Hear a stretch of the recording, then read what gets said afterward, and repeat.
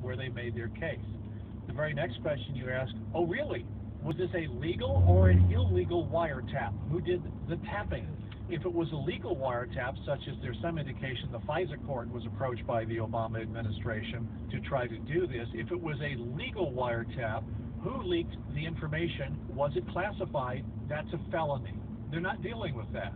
No, and they don't want to deal with it, and the reason they don't want to deal with it is because it doesn't lead to truth, and the truth is that there is no evidence of collusion regarding the campaign.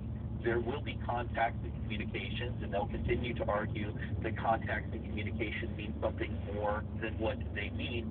But like I said, I think to the average Joe in the diners of America, we don't see contact and communication as necessarily being a bad thing.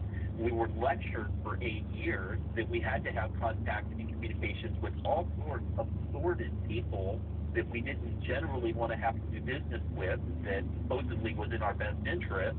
So we got the message that the government is generally going to contact and communicate with all kinds of people.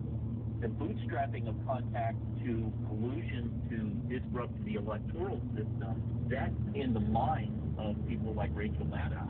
And there is no evidence of it, and the people in intelligence and the people in foreign services continue to say that there is no evidence of it. If there's no evidence of it now, where do we think we're going to find it? It's not going to manufacture itself, so they have to keep saying it long enough and hard enough in the hope that it's going to work. But we don't have a traditional communication system anymore, so it's less effective.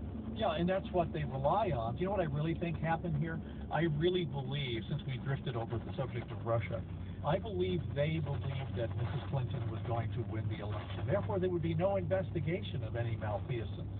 The fact that it went the other way, this has caught them off guard. But you're right. What has changed this are what I call the independent media, such as we are, where those questions that the real press should be asking isn't asking. You know, they're promoting a social agenda. But it's the independent media, largely on the internet, podcasts, and talk radio, that keeps all of this stuff alive and analyzes what they're saying.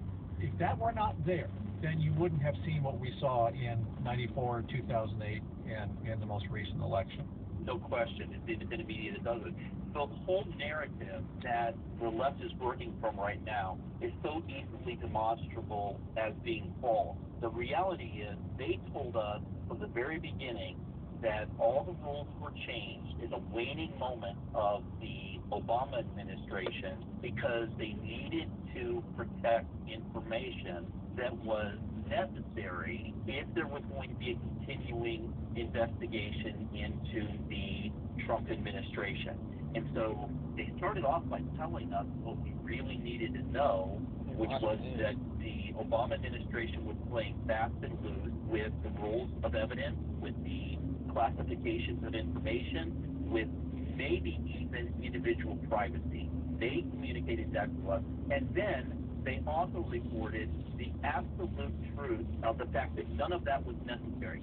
Because in the same articles from the New York Times and the Washington Post, which reported those efforts, they talked about the fact that there is a system in place to make sure that we don't need to compromise privacy. We don't need to compromise rights. We don't need to compromise compartmentalization of information so we can't track leakers and so we can't hold leakers responsible. And strangely enough, it's an Intellipedia wiki that the intelligence community has set up precisely for the purposes of making sure that that information is protected from systematic reduction or redaction or destruction from players within the system. So they communicated to us that this whole effort was irrelevant because any one person who really had evidence and really believed that something wrong was being done could simply take that information, put it on this system, and it would be there for everyone for all time to go back and look at. And strangely enough, the people that have looked at that system say there is no evidence. This is all a ruse. This has no basis in fact. That's where we're left, is the left talking about the sky is falling. And the sky is not falling. Trump becomes more credible as time goes on. And the system, which perpetuates the traditional Republican and Democratic parties, is weakened and may be ultimately destroyed by the fact that people reject the message. Yeah.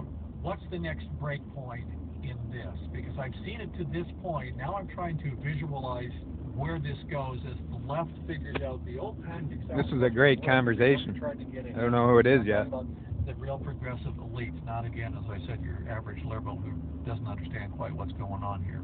Well, I think the next big thing we're going to see, and we're already starting to see signs of it, is going to be disruptive reform of foreign services.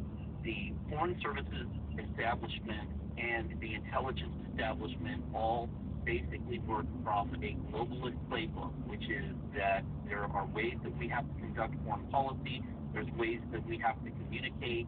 The communication is inherently untruthful. It allows us plausible deniability. We never have to take responsibility for